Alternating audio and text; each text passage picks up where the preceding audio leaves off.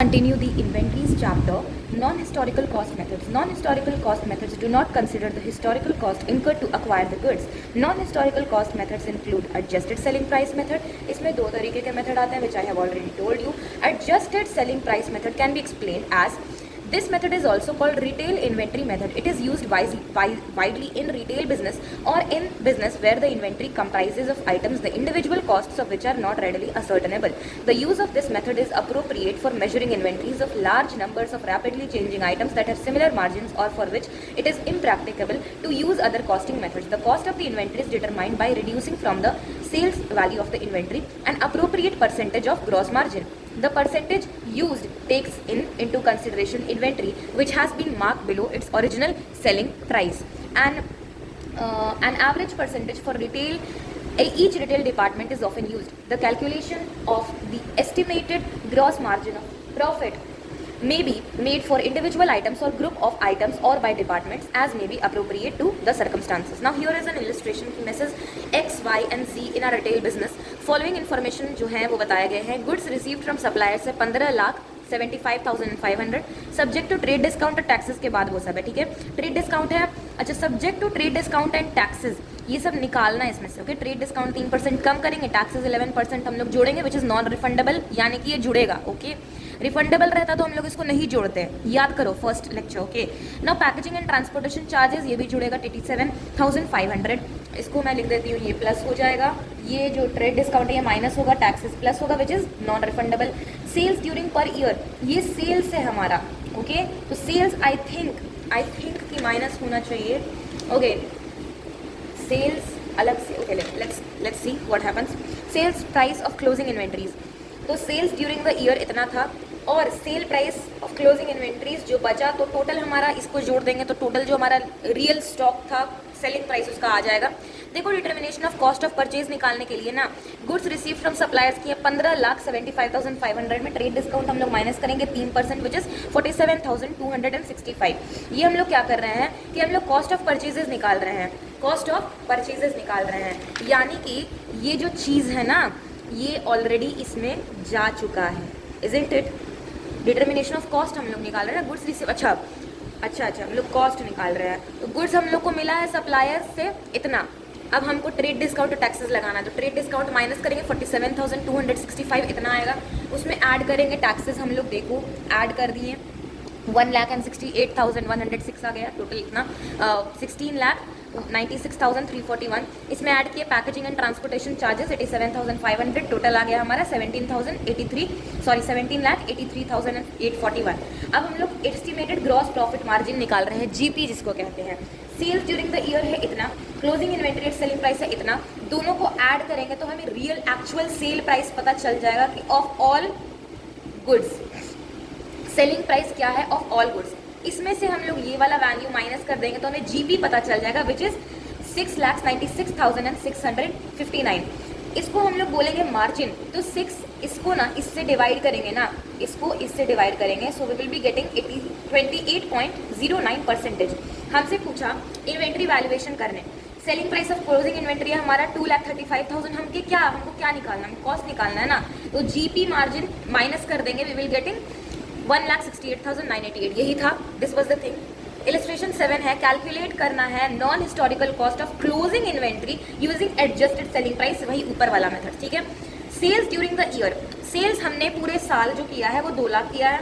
Cost of purchases, ये जो sales किया है हमने वो 2 लाख का हमने परचेज किया. ऐसा तो हो नहीं सकता, नो प्रॉफिट नो लॉस पे तो कभी बिकेगा नहीं. तो हमने बोला कि क्लोजिंग इन्वेंटरी सेलिंग प्राइस थोड़ा सामान ना बच गया, यानी कि अगर हम बोलेंगे कि टोटल जो सेलिंग प्राइस था वो कितना था, तो 2 लाख प्लस 50,000, 2,50,000 और कॉस्ट ऑफ परचेज है कितना 2 लाख. तो 2,50,000 माइनस 2 लाख हमारा 50,000 आता है और 50,000 को डिवाइड कर दो टोटल सेलिंग प्राइस से 2,50,000 इंटू में 100 कर दो तो 20% आपका आ जाएगा जीपी का मार्जिन. देखो क्यों, ये हमारा ओपनिंग इन्वेंट्री तो खैर नील है, closing inventory at selling price which is cost or NRV which ever is lower. Closing inventory हमारा दिया हुआ है 50,000, हमें परचेज किया 2 लाख कॉस्ट प्राइस दिया हुआ है, ये कॉस्ट प्राइस.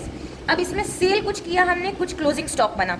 ठीक है, जो क्लोजिंग स्टॉक बना उसका सेलिंग प्राइस दिया हुआ 50,000. हमें क्लोजिंग स्टॉक का जो है कॉस्ट प्राइस नहीं पता है, बट वी नो कि हमने सेल्स किया है कि 2 लाख का सेल्स किया, 2 लाख और 50,000 अभी क्लोजिंग स्टॉक बचा है, 2,50,000 टोटल सेल्स का आ रहा है, टोटल जो मतलब टोटल एस्टिमेटेड सेल प्राइस है ना वो है ये। अब 2,50,000 में माइनस किया मैंने, 2,50,000 आ गया मेरा जीपी आया, तो 50,000 मैं जीपी अर्न कर सकती हूँ आउट ऑफ व्हाट 2,50,000 इंटू 100, तो 20% हमारा मार्जिन आएगा। और उसने भी ये किया, देखो सेल्स में हमने ऐड किया है closing inventory at selling price 50,000, 2,50,000 available for sale, less किया cost of goods available for sale 2 lakh, gross margin 50,000 minus किया, रेट ऑफ ग्रॉस मार्जिन निकालने के लिए 50,000 डिवाइडेड बाय 2,50,000 इंटू 100, 20%।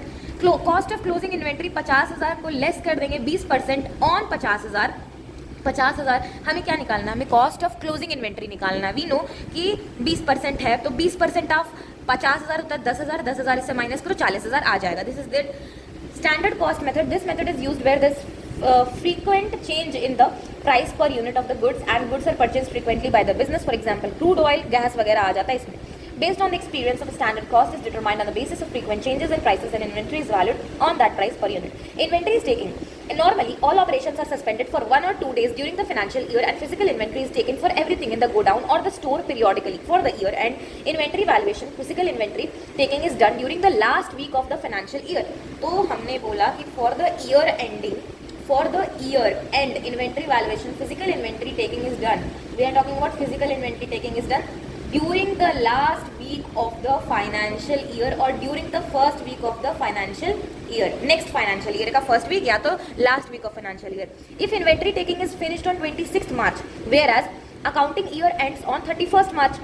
26th में खत्म हुआ, 31st में, तो हम लोग आगे बढ़ेंगे। Purchases and sales between 26th and 31st are then separately adjusted, later a value is put on each time. ठीक है, the principle of cost or net realisable value whichever is lower is applied either for the inventory as a whole or item by item. Normally enterprises prefer to perform inventory taking on a closing date, यानी कि 31st मार्च। However, कभी कभी ऐसा होता है कि inventory taking के not be carried out on the closing day, किस कुछ कारण से वो नहीं हो पाता है, तो it is carried out a few days later or sometimes even a few days earlier, या तो पहले हो जाता है या तो बाद में हो जाता है। In such a case the actual value of the inventory must be so adjusted as to relate it to the end of the year concern. For doing so it will be necessary to take in to account the goods that have come in purchases and sales returns and those that have gone out, यानी sales and purchases returns during and the interval between the close of the year and date of actual inventory. What it is saying simply कि देखो हम लोग periodical inventory system का बात करें, यानी physical inventory taking का बात कर रहे हैं। देखो सबसे पहले तो ये चीज़ तो कंफर्म है कि होती है लास्ट में, यानी कि 31st मार्च फाइनेंशियल ईयर के एंड में होती है, बट कभी कभी क्या होता है कुछ कारणों की वजह से वो उस दिन नहीं हो पाती है, या तो थोड़ा पहले हो जाती है या तो बाद में हो जाती है। यानी कि 31st मार्च है, या तो पहले 26 मार्च को हो गया, तो 28 मार्च को हो गया, किसी भी दिन हो गया, ठीक है, मतलब 31st मार्च से पहले हो गया, या तो बाद में हो जाता है किसी कारण से, यानी 7 अप्रैल को हो गया, 5 अप्रैल को हो गया, 10 अप्रैल को हो गया, किसी कारण से। अब हम लोग अगर पीछे किए हुए हैं तो आगे न चलेंगे हम लोग, अब हम लोग आगे चलेंगे तो परचेजेस को ऐड करेंगे, सेल्स को माइनस करेंगे। अब जब मैं परचेज बोल रही हूँ तो यू हैव टू अंडरस्टैंड कि मैं नेट परचेजेस बोल रही हूँ, नेट सेल्स बोल रही हूँ, और बाकी जो भी अब नॉर्मल लॉसेज एंड प्रॉफिट्स हुए वो तो आपको करना ही है, प्लस माइनस। मैं बात कर रही हूँ कि अगर हम आगे 7 अप्रैल को मान लो कर रहे हैं तो हम लोग रिवर्स ना चलेंगे, रिवर्स यानी परचेजेस को हम लोग माइनस कर देंगे उस पीरियड का, उस पर्टिकुलर इंटरिम पीरियड का, और जो सेल्स है हमारा उसको हम लोग क्या कर देंगे, ऐड कर देंगे, क्योंकि we want to show the real position. ठीक है, उसके बाद देखो sale of goods on approval और return basis, goods are sometimes sent to the customers on sale और return basis. Here goods sent on approval or on return basis means goods are delivered to the customers with the option to return or return them within a specific period. हम लोग business law में भी पढ़ते हैं ये चीज़ कि हम लोग जैसे कि गुड्स टू, देखो सबसे पहले तो मैं ये बताना चाहती हूँ कि बिजनेस लॉ में भी हम लोग पढ़ते हैं कि हम लोग sale of goods on approval या रिटर्न बेसिस भी हम लोग करते हैं, and I think that it is somewhere in the section, I remember it is in SOGA only, sales of goods act only, I remember that, I don't remember exactly, but it is between like 26 तो था हमारा property मतलब transfer of possession के बारे में, let it be transfer of property के बारे में था, आई डोंट रिमेंबर द लॉ मतलब प्रोविजन, लेकिन उसमें बताया गया है कि 3 तरीका से हमें पता चल सकता है कि हमने जो sale of goods on approval और रिटर्न बेसिस पे किया, हमें या तो वो इंसिस्ट करे, बताए, इंसिस्ट करे, या तो वो उस तरीके का कोई काम करे, इनकंसिस्टेंट काम करे, या तो वो रिटेन कर ले गुड को, तो हमें पता चल जाता है। But not colliding this with the topic, हम लोग ये बोलना चाहते हैं कि goods are sometimes sent to the customers on sale और रिटर्न बेसिस। कभी कभी ऐसा होता है तो गुड्स ना अप्रूवल या रिटर्न बेसिस पे होता है कि उसके पास ऑप्शन होता है या तो रिटेन रखो, या तो अपने पास रख लो, या तो रिटर्न कर दो with in a specified time. ठीक है, Goods sent on consignment. Goods sent on consignment means a situation where one person or firm sends goods to another person or firm with the understanding that the goods will be sold on behalf of and at the risk of the former. यानी आपके basis पे वो होगा sold. The party which sends the goods consignor is called principal. उसको हम लोग क्या कहेंगे? उसको हम लोग कहेंगे principal. And the party to whom goods are sent consignee is called agent. उसको एजेंट कहेंगे. यानी कि वो उससे सामान बिकवा रहा है. ये ए है, ये बी है. मान लो ए फर्म बी फर्म को ना, ए फर्म है और बी फर्म है, इसने 10 किलो आटा दिया इसको, बोला कि ये लोग बिकवा दो. ये प्रिंसिपल हुआ, ये एजेंट हुआ. आई होप कि ये क्लियर है. ओके उसके बाद देखो, the consignor also known as the principal retains ownership of the goods. वो रखता है, बी उसका ओनरशिप का होल्ड करता है. Even though the consignee holds them, even though कि वो होल्ड करता है. The consignee acts as an agent and does not take ownership of the goods. They are simply responsible for selling them. Once the goods are sold, ownership transfers to the buyer. Further, the adjustment of all goods must be on the basis of cost or NRV, whichever is lower. Suppose a firm that closes its books on 31st December carried out the inventory taking on the 7th January next year. Actual inventory was cost 7,85,000 during the period January 1 to 7. Purchases इतना था. देखो हमने बोला ये आगे आया है तो ये रिटर्न मतलब रिवर्स बेसिस पे करेगा. परचेजेस खरीदा, इसको माइनस कर दो. सेल्स ये है, इसको प्लस कर दो. The mark up being 25% on cost. Sales इतना है ना, इसमें से 25% ऑन कॉस्ट बोल रहा है ना, तो ये क्या हुआ? ये हुआ 1/4 ऑन कॉस्ट. हम लोग बोलेंगे इसको सेलिंग प्राइस पे करने के लिए 1/5 कर दो ऑन सेल्स. तो ये इस पे कर रहा है ना, 2,50,000 पे 1/5 कर देना. जो आएगा उसको इससे माइनस कर देना. तुम्हारा जो कॉस्ट है आ जाएगा, उसको प्लस करना, उसको प्लस करना और कोई नहीं, इसको मत प्लस कर देना. ठीक है, ये चीज करके करना. Okay. The inventory on 31 December would be 8,32,000. देख लो कैसे इन्वेंट्री असर्टेन किया गया. 7 जनवरी को 7,85,000 लेस किया हमने purchase during the year. Less कर दिया, इतना आया. ऐड करेंगे cost of good sold. Cost करेंगे, ये सेलिंग प्राइस दिया हुआ है. अरे ये सेलिंग प्राइस है, ये कॉस्ट है. देखो कैसे इनटू में कर देंगे 100/125 यानी कि 1/5 ऑन सेल, क्योंकि 1/4 on cost is 1/5 on sale. ठीक है, तो वो हमारा ऐड हम लोग बेसिकली कर देंगे क्योंकि वो क्या दिया हुआ है? सेल्स दिया हुआ है 2,50,000. ओके, 2,50,000 है सेल्स, उसमें से हम लोग माइनस कर देंगे. माइनस करेंगे ना, वो माइनस करेंगे हम लोग 1/5. 50,000 माइनस किया हमने, 50,000 को हमने माइनस कर दिया. 2 लाख आ गया, 8,32. ठीक है, इलस्ट्रेशन है. इन्वेंट्री 142,500. परचेजेस 762. अच्छा देखो, from the following certain the value on. अच्छा इसमें तो सिंपल सा चीज़ करना है, इसमें तो बस ऐड लेस करना है ना, ऐड लेस करना है. तो परचेजेस हमको लगता है प्लस होगा. मैन्युफैक्चरिंग एक्सपेंसेस भी प्लस होगा. मैन्युफैक्चरिंग एक्सपेंसेस भी प्लस होगा. Selling expenses. Okay, now this things needs to be clear. ठीक है, हम लोग क्या सेलिंग एक्सपेंसेस, एडवर्टीजमेंट एक्सपेंसेस को हम लोग इंक्लूड करेंगे? नहीं. एडवर्टीजमेंट एक्सपेंसेस, फिर फाइनेंशियल चार्जेस, सेल्स, ये सब. देखो सबसे पहले तो हमने देखा कि इन्वेंट्री दिया हुआ है 142,500. इसमें हमने लेस किया book value of abnormal inventory. Book value of abnormal inventory at the time of valuing inventory ना, a sum of 17,500 was written off on a particular item which was originally purchased for 50,000 and was sold during the year for 45,000. ठीक है, 45,000 का बेचा. देखो 17,500 ना right of हमने किया, which was originally purchase for 50,000 and was sold during the year. Loss पे बेचा, 5,000 का लॉस हुआ है ना. Barring the transaction relating to the item GP earned during the year is 20% on sales. अच्छा वो सब छोड़ो, यहाँ देखो इन्वेंट्री है 1,42,500. लेस किया हमने book value of abnormal inventory. 50,000 का चीज़ हमने 17,500 में बेचा. 17,500 राइट ऑफ किया. 50,000 हमारा जो लॉस हुआ वो 32,500 का था, उसको हमने माइनस कर दिया, ये आ गया. ऐड किया हमने परचेजेस 762,500. मैन्युफैक्चरिंग एक्सपेंसेस हमने ऐड किया मैन्युफैक्चरिंग एक्सपेंसेस 150 आ गया, टोटल आ गया. इसमें लेस किया हमने कॉस्ट ऑफ गुड सोल्ड हमने लेस किया. सेल एज पर बुक कितना है? सेल्स ऑफ एबनॉर्मल आइटम, हमने एबनॉर्मल आइटम बेचा 45,000 का, उसको लेस करेंगे क्योंकि वो होता है जनरली नहीं, वो क्या होता है? कैपिटल गेन होता है ना बेसिकली. अब देखो हमने ना ये सब चीज़ नहीं कंसिडर किया है. Advertisement expense, selling expense, financial charges, ये सब हमने नहीं कंसिडर किया है. लेस कर दो, जीपी है 20% और ये सेल्स पे दिया हुआ है तो इसको कन्वर्ट करने की कोई ज़रूरत नहीं है. ठीक है, ज़्यादा स्मार्ट नहीं बनना है. ये ऐसे ही दिया हुआ तो इसको ऐसे ही छोड़ देना है. 20% है, निकाल देंगे हम लोग इस पर, ये यहाँ पे आ जाएगा. इससे इसको हम लोग माइनस कर देंगे. हमारा इन्वेंट्री इन ट्रेड आ जाएगा 62,500. ये हमारा चला मतलब उसी टाइम पे, तो हम लोग लाइक फॉरवर्ड भी नहीं बैकवर्ड भी नहीं, जो होते गए हम लोग करते गए, ठीक है। इलस्ट्रेशन 9 है, a trader prepared his accounts on 31st March each year, ठीक है। Due to some unavoidable reasons no stock could be taken possible till 15th April, यानी कि आगे कर दिया है, यानी कि हम लोग रिवर्स जाएंगे। रिवर्स जाएंगे मतलब कि जितना भी सेल्स है उसको हम लोग ऐड करेंगे, जितना भी परचेज है उसको माइनस करेंगे। But what we need to think is कि सेल्स का कॉस्ट प्राइस को हम लोग प्लस करेंगे, कॉस्ट प्राइस को प्लस करेंगे, and that to sales return वगैरह, परचेज रिटर्न वगैरह माइनस करके। अब देखो क्या है, on which date total cost आया 50,000, द फॉलोइंग फैक्ट्स एस्टैब्लिश हुआ।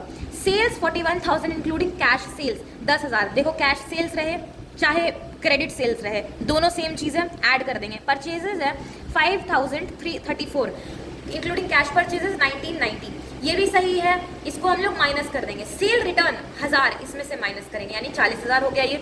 On 15th March the goods of the sale value 10,000 were sent on sale और return basis to a customer, the period of approval being 4 weeks, 4 weeks यानी कि अभी तक वो चल रहा है।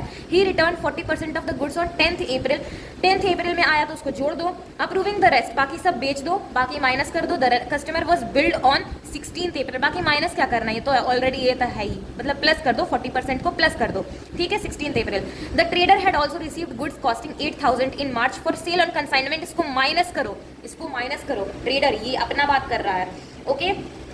20% of the goods had been sold by, अच्छा इसका ही बात कर रहा है, अभी इसको माइनस नहीं करना, इसको देखना, ठीक है।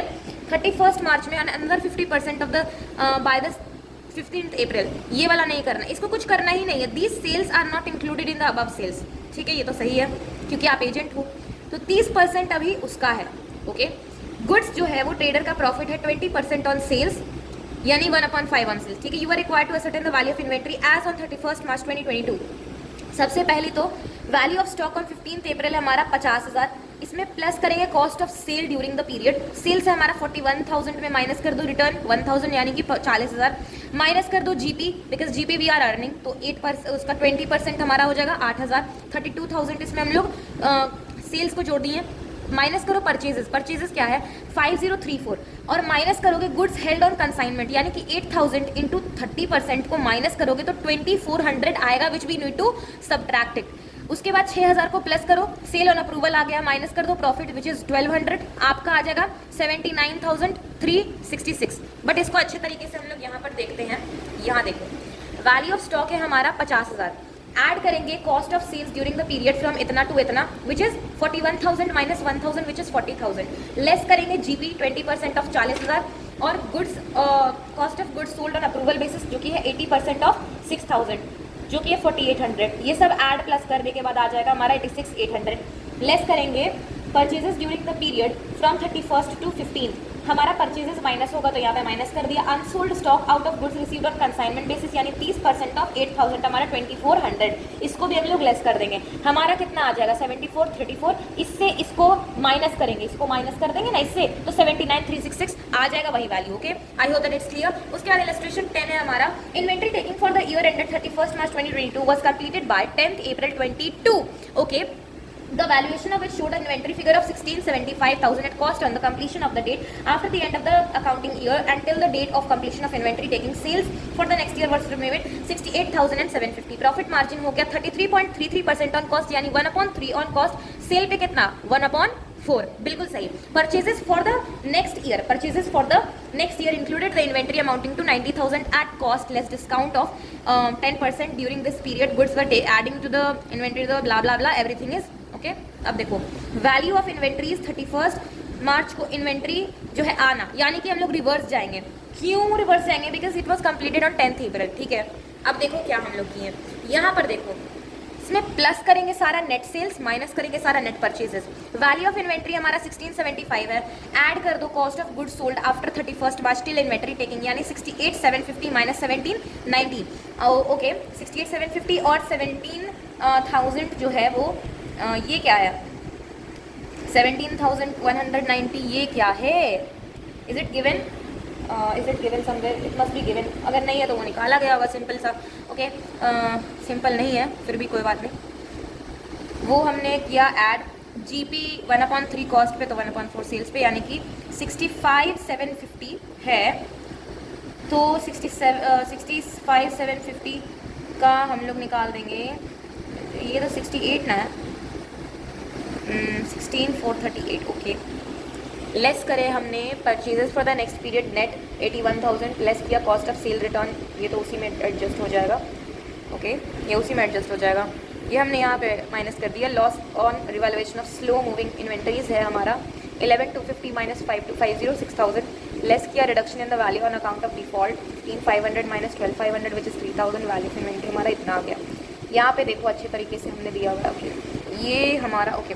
देखो वैल्यू ऑफ स्टॉक था हमारा 10/4 को 6,75,000, प्लस किया हमने कॉस्ट ऑफ सेल्स, उसमें माइनस कर दिया हमने सेल रिटर्न 68,750 था, माइनस कर दिया 3,000, 65,750 आ गया। जीपी हमारा उसी में आ गया ना 16,438, ओके, 1/4 ऑन सेल, ठीक है, तो 49,312 आ जाएगा। इसमें से इसको माइनस करेंगे ना तो 41,392 आ जाएगा। प्लस करना है ना, इसको प्लस कर देंगे, we will be getting whatever we require. Minus करेंगे purchases during the period 90,000 minus 10% करेंगे, ओके, तो 81,000 आएगा, 6,000 आएगा। रिसीव्ड इन वैल्यूज 4,250 माइनस करेंगे 5,250, रिडक्शन इन वैल्यू होगा 15,500 minus 12,500 which is 3,000, value of stock आ जाएगा 1,63,310, ठीक है। तो यही तो चीज़ है, सेम चीज़ है। इलस्ट्रेशन 9 है, डिटेल दिया हुआ है spare part of Shri Ram mills, okay. यहाँ पे ओपनिंग इन्वेंट्री नील, परचेजेज इतना, इशूड फॉर कंजम्पशन इतना, परचेजेज इतना, इशूड फॉर कंजम्पशन इतना, इशूड फॉर कंजम्पशन इतना। हमें बताना है वैल्यू ऑफ इन्वेंट्री, सिंपल सा बात है। यहाँ पर इशू किया, यहाँ पे इशू किया और यहाँ पे इशू किया, 3 जगह पे इशू किया तो 3 जगह पे इशू आएगा। देखो क्या हुआ, बैलेंस कुछ नहीं है, नील है, सिंपल सा बात है, नील है तो नील है। परचेज किया हमने तो हम लोग तो 3 कॉलम बनाते हैं ना, डेट, रिसिप्ट्स, इशू, बैलेंस, उसमें बोला यूनिट्स, रेट्स, अमाउंट, या तो quantity rate amount, quantity rate amount, जो बोलना है बोलो। यहाँ पे हमने देखा परचेज किया 100 यूनिट 30 पर, 100, 30, 3,000, ठीक है। इशू किया 15 तारीख को इशू 50, 30, 1,500, जो बैलेंस है वो बैलेंस है, बस बात खत्म। 200 और हमने क्या किया, परचेज किया है ना 40 पर 8,000, बैलेंस जो बचा यहाँ पे, ये देखो ये तो ऑलरेडी था ना, ये ऐड हो गया तो 200 यहाँ पर। अब और क्या है, 15 तारीख को हमने किया इशू किया हमने, बेचा, तो ये क्या चल रहा है, ये चल रहा है FIFO, first in first out, तो पहले वाला जाएगा 50 वाला, फिर 50 वाला because we have sold it 100, उसके बाद 100 और बेचा कब, 20 तारीख को 100 और बेचा और हमारा बैलेंस वगैरह रखा 2,000 विच इज़ 40 रुपीज़ 50 यूनिट्स पे। This is the thing. और यहाँ पर एक और इलस्ट्रेशन विच इज़ हियर, देखो not so important, just given in illustration 11 same question weighted average method से, सिंपल सा चीज़ है, बहुत इंपॉर्टेंट नहीं है, बैलेंस सेम रहेगा। बट हम लोग क्या करेंगे ना कि यहाँ पे देखो बैलेंस है, यहाँ पे हमने बैलेंस सेम चीज़ है, इशू किया ये भी सेम है, बट हमने जब रिसिप्ट में ना और खरीदा तो अब यहाँ पे 250 और 50 अलग नहीं आएगा, दोनों सेम आएगा। 40 और 30 को ऐड करके उसका एवरेज निकालना 38 आ जाएगा। उसी तरीके से हम लोग को सब कुछ करना है। This was all the thing. हम लोग करते हैं true false. Inventories are stocks of goods and materials that are maintained for mainly the purpose of revenue generation. क्या रेवेन्यू जनरेशन के लिए होता है? I think yes it is true, but let us see कि क्या है इसके अंदर। ओके यार, it's true, it is true. Reason being कि inventories refer to the stock of goods and materials that are maintained in business for revenue generation, the same thing as I said. A building is considered inventory in a construction business. एक building inventory किया जाएगा construction business में, मुझे नहीं लगता, but it can be true. Yeah, true, it is true. क्योंकि business ही है उसका ना, बिजनेस का। तो for a construction business, a building under construction will be inventory. The building is being built in normal course of business and will eventually be sold as inventory. Inventory is valued at carrying cost less percentage, नहीं, false. Inventory is valued at cost or net realisable value which ever is less. क्या लिखा हुआ है? Inventory is valued eight lower of cost and net realisable value which ever is less. I said it. Management has daily information about the quantity and valuation of closing stock under, नहीं, बिल्कुल नहीं, physical inventory में नहीं, ये परपीचुअल inventory system में होगा। ये परपीचुअल inventory में, अंडर परपीचुअल इन्वेंट्री सिस्टम, उसमें तो खैर एंड ऑफ द ईयर में आपको करना पड़ता है। Periodic inventory system is more suitable for small enterprises, yes this is true. What was the question? 5th, true. A periodic inventory system is suitable for small and micro enterprises while physical counting जो है TDS process is नहीं। When closing inventory is overstated, net income for the accounting period will be understated, बिल्कुल नहीं। इन लोग का तो direct रिश्ता रहता है, वो बढ़ेगा तो वो भी बढ़ेगा। तो 6th का है फॉल्स। क्लोजिंग इन्वेंट्री ओवरस्टेट होगा, net income will be overstate, ठीक है। Closing inventory is equal to opening inventory plus purchases plus direct expenses. ये क्या है, ये क्या है, ये तो क्या है, ये तो कोई बच्चा भी बता देगा ना, ये तो माइनस का साइन होगा, ये तो फॉल्स है। देखो ये माइनस का साइन होगा।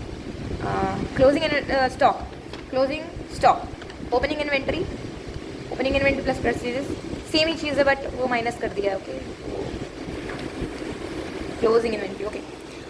Cost of inventory should comprise all cost of purchase. Cost of inventories में क्या आना चाहिए, cost of purchase, cost of conversion और अदर कॉस्ट। तो पीसीओ 8th में हमारा फॉल्स है, फॉल्स है। वाई क्यों फॉल्स है, because cost of inventory should comprise all the cost of purchase, cost of conversion and other cost incurred in the bringing. ये क्या बोल रहा है, ये सिर्फ परचेज का बात कर रहा है, तो हमें चाहिए क्या, cost of purchase, cost of conversion और अदर कॉस्ट, सारा चाहिए।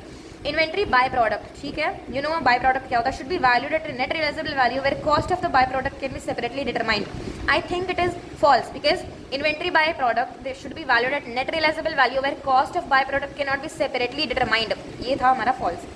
Abnormal amounts of wasted materials, labor और other production overheads expenses are included in the cost of inventories। बिल्कुल नहीं, abnormal जैसे ही बात कर दिया नहीं होगा। Abnormal amounts of wasted material, labor और other products are generally not included, ठीक है। I hope that it's clear why with reasons। देखो perpetual inventory system requires closure, बिल्कुल नहीं, बिल्कुल नहीं, फिजिकल में होता है। Periodic inventory system is a method of ascertaining inventory by taking actual physical count। Yes, it is true। The value of closing inventory under simple average price method is realistic as compared to LIFO, last in first stock। Yes, I can say this is true। The value of stock is shown on the asset side। Value of stock is shown on the asset side of balance sheet as fixed asset। क्या fixed asset रहता है, let's see क्या होता है। Inflationary condition में ना FIFO will not show lowest value of cost of goods sold, first in first out। Inflation होगा तो FIFO will not show lowest value of cost of goods sold। Yeah, this is true। Under LIFO, valuation of inventory is based on the assumption that costs are charged against revenue in the order in which they occur। This is false, this is for FIFO। ये बात FIFO के लिए, लेकिन ये LIFO बोल दिया। Valuation of inventory at cost or NRV, whichever is less, is based on the principle of conservatism। Yes, true। Finished products are normally valued at cost or market price, whichever is higher। Higher नहीं, value किया जाता है finished goods को cost और market price whichever is higher. लग रहा है true, but देखते हैं क्या है। 11th का है, 11th का, ओके 11th 18th का क्या है, फॉल्स, फॉल्स, फॉल्स। हमें वैल्यू ना करना ही, ओके। 11th से देखो, 11th से false, true, false। So it is false, true and this is false। क्यों false है? The value of closing inventory under simple average price method is realistic as compared to LIFO। 13 क्या बोला? Value of closing stock as per average method is more realistic than LIFO। Yes, yes। Value of closing stock as per average method। यहाँ पे क्या बोला? Simple average price method closing inventory नहीं। 14th क्या है? False। 14th है हमारा false, okay। 14th है हमारा फॉल्स, फिक्स्ड एसेट की तरह नहीं दिखता है, तो the value stock is shown on the balance sheet as current. हाँ बिल्कुल करंट एसेट की तरीके दिखता है, as it is realisable with in 12 months. We know, हमने लिक्विडिटी रेशियो वगैरह सब कुछ पढ़ा है।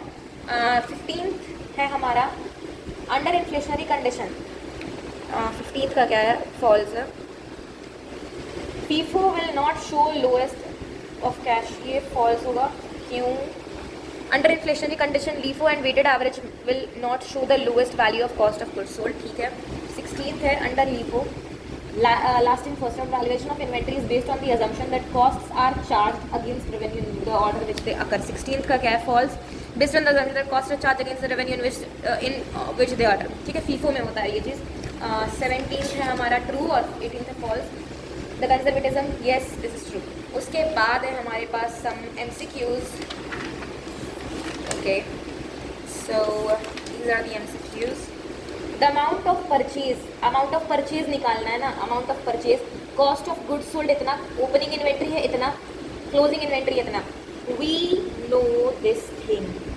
If we don't know net purchases plus direct expenses minus closing stock, हमें निकालना है amount of purchases, हमें निकालना है amount of purchases, okay। तो हमने बोला ओपनिंग इन्वेंट्री है 5800, ठीक है, ठीक है। ओपनिंग इन्वेंट्री है 5800, ओपनिंग इन्वेंट्री है इतना, cost of goods sold minus कर दो, ओ माय गॉड माइनस करना है, net purchases wait, net purchases okay, ये आया इधर, ये इधर जाएगा, तो 80,700 क्या माइनस होगा बिकॉज क्लोजिंग इन्वेंट्री भी है, माइनस नहीं, आई थिंक प्लस होना चाहिए, and then we will be minus, इधर हो जाएगा 6,000। अगर यहाँ से नेट प्रॉफिट निकाला जाए तो opening inventory plus minus closing stock and minus cost of goods sold, okay, so cost of goods sold is more, so I'm not getting it. The answer would be C, 80,900। क्या वही हो रहा है देखो तो, ये हो जाएगा 85 7 हो जाएगा 8 9 10 11 12 13 14 15 1 and 5, इसके बाद 5 6, ये हो जाएगा 6, इसमें से 6,000 माइनस कर दो तो ये हमारा आ जाएगा इतना, ओह माय गॉड ये क्या हो गया, अगर ऐसे देखा जाए 6,000 प्लस माइनस कर देता है, ये तो मान लेते हैं 700, 6 इधर 8 इधर माइनस कर देते हैं 800, 7 और इसमें 9 आ जाएगा और ये 0 और ये 8, तो ये वाला सही है, ये वाला सही है, ठीक है, ये वाला सही है, ओके। इसको हम लोग बना लेते हैं। Now guys let us quickly see कि एवरेज इन्वेंट्री हमारा 12,000 क्लोजिंग इन्वेंट्री है, 3,000 more than opening inventory, 3,000 more than opening inventory अगर हमारा x है तो क्लोजिंग इन्वेंट्री कितना है, अगर ओपनिंग इन्वेंट्री हमारा x है तो क्लोजिंग इन्वेंट्री क्या है 3,000 प्लस x है, तो वैल्यू ऑफ क्लोजिंग इन्वेंट्री पूछ रहा है ना, वैल्यू ऑफ क्लोजिंग इन्वेंट्री से ये पूछ रहा है, तो 3,000 plus x is equal to what, opening inventory, wait this thing needs some clarification. हमारा एवरेज इन्वेंट्री है 12,000, हम लोग जानते हैं कि average inventory opening inventory plus closing inventory का वो होता है एवरेज मेथड, ठीक है, तो हम लोग बोलेंगे ना 3,000 प्लस x हमारा 2x हो जाएगा अपॉन में 2, ये इधर जाएगा ना तो ये हो जाएगा 24,000, माइनस कर देंगे यहाँ पे 3,000 और यहाँ पे 2x आ जाएगा, ठीक है, यहाँ पे देखना ना 21,000 आ जाएगा, डिवाइडेड बाय 2 करेंगे ना तो 2 1 ज़ा 2, फिर 2 3 ज़ा 6, देखो okay let me do it, देखो 2 1 ज़ा 2 हो जाएगा, 2 1 ज़ा 2 खत्म, 10 है तो 2 3 ज़ा 6 आ जाएगा, ओके 5 ज़ा 10, ठीक है, सो अगर यहाँ से ये माइनस हो जाएगा तो ये 21,000 आ जाएगा अपॉन 2, तो इस तरीके से वो हो जाएगा। While finalising the current year का profit the company realised that there was an error in the valuation of closing inventory in the previous year closing inventory was valued more 50,000। इससे क्या करेंगे हम लोग, previous year profit is overstated, क्यों overstate होगा, क्योंकि closing inventory overstate हो गया है, और मैंने क्या बताया डायरेक्ट रिलेशन रहता है, करंट ईयर का प्रॉफिट हो जाएगा अंडरस्टेट, क्योंकि क्लोजिंग इन्वेंट्री कम, क्योंकि क्लोजिंग इन्वेंट्री ज़्यादा तो ओपनिंग इन्वेंट्री कम, ओपनिंग इन्वेंट्री कम तो प्रॉफिट भी ज़्यादा, but we are talking about something else, current year का प्रॉफिट अंडरस्टेट हो जाएगा प्रॉफिट ओपनिंग इन्वेंट्री के कारण, उसको बढ़ाने के लिए प्लस करेंगे, simple. Consider the following question for the year, इतना कॉस्ट ऑफ गुड्स सोल्ड इतना है, टोटल सेल्स इतना है, ओपनिंग इन्वेंट्री इतना है, ग्रॉस प्रॉफिट ऑन सेल्स इतना है, तो क्लोजिंग इन्वेंट्री ऑफ गुड्स क्या हो जाएगा, हमें पता है closing stock is equal to cost of goods sold, wait and wait, we have to calculate it, it will be minus, okay, ये माइनस हो जाएगा क्योंकि ऐसे जाता है ना, net purchases plus opening inventory and plus direct expenses, ये वाला फॉर्मूला से आ जाएगा ये। अगर प्रॉफिट है 25% ऑन कॉस्ट प्राइस तो वो 20% है सेल प्राइस पे, सिंपल सा बात है, 1/4 है वो ऑन कॉस्ट तो 1/5 हो जाएगा वो ऑन सेल, ठीक है, I told you. Good purchase हुआ 1 लाख का, सेल हुआ 90, मार्जिन है 20% ऑन कॉस्ट, यानी कि 1/5 ऑन कॉस्ट है, 1/5 ऑन कॉस्ट है ना। क्लोजिंग इन्वेंट्री कितना है, गुड का परचेज हुआ आपने इतना, गुड परचेज इतना किया ना तो 20% इसका कितना आएगा, इससे 0 से कट जाएगा तो 20 और 3 20,000 का प्रॉफिट आ जाएगा। इसमें ना 1,20,000 माइनस कर देना 90,000. I hope that I am doing it correctly.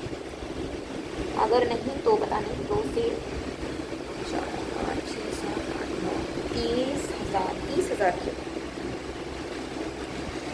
क्योंकि हमने ये सेल पर निकालना है. 90,000 माइनस करेंगे जीपी 1/6 ऑफ 90,000.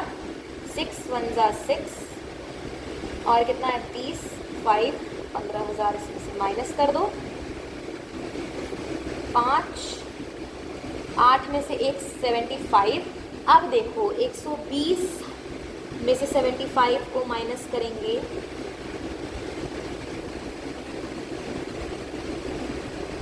1,00,000 में से. So we will be getting 25,000. This was not necessary. देखो 25,000 आ गया. A company followed weighted average method. ठीक है, इसका आंसर हो जाएगा 14,000 ये वाला. Then cost of sales is equal to opening stock plus purchases minus closing stock. Inventory disclosed financial statement under current asset. Accounting standard do not permit following method LIFO. Which inventory of formula calculates value of closing inventory considering inventory most recently purchased? FIFO होगा. Valuing inventory at cost NRV whichever is based. Conservatism under inflationary trend में ना which of the method will show highest value of inventory? FIFO के अंदर. Which of the method does not consider historical cost inventory? Retail price method. Historical cost price नहीं होता है. Some theory questions are given, some practical questions are given which are very very important and which are based on the like examples में जो हुए हैं वो. These are the questions, practical questions के ये हैं answers. Now a little bit of walking through the notes. Difference हमने कर लिया. These are the questions which we have already discussed. और बाकी सारा जो questions है they are the same. So we don't need to look on it because all the questions are from the book only. So this was all the chapter inventory all about, and I hope that we will be understanding it much better in the next classes. Bye bye.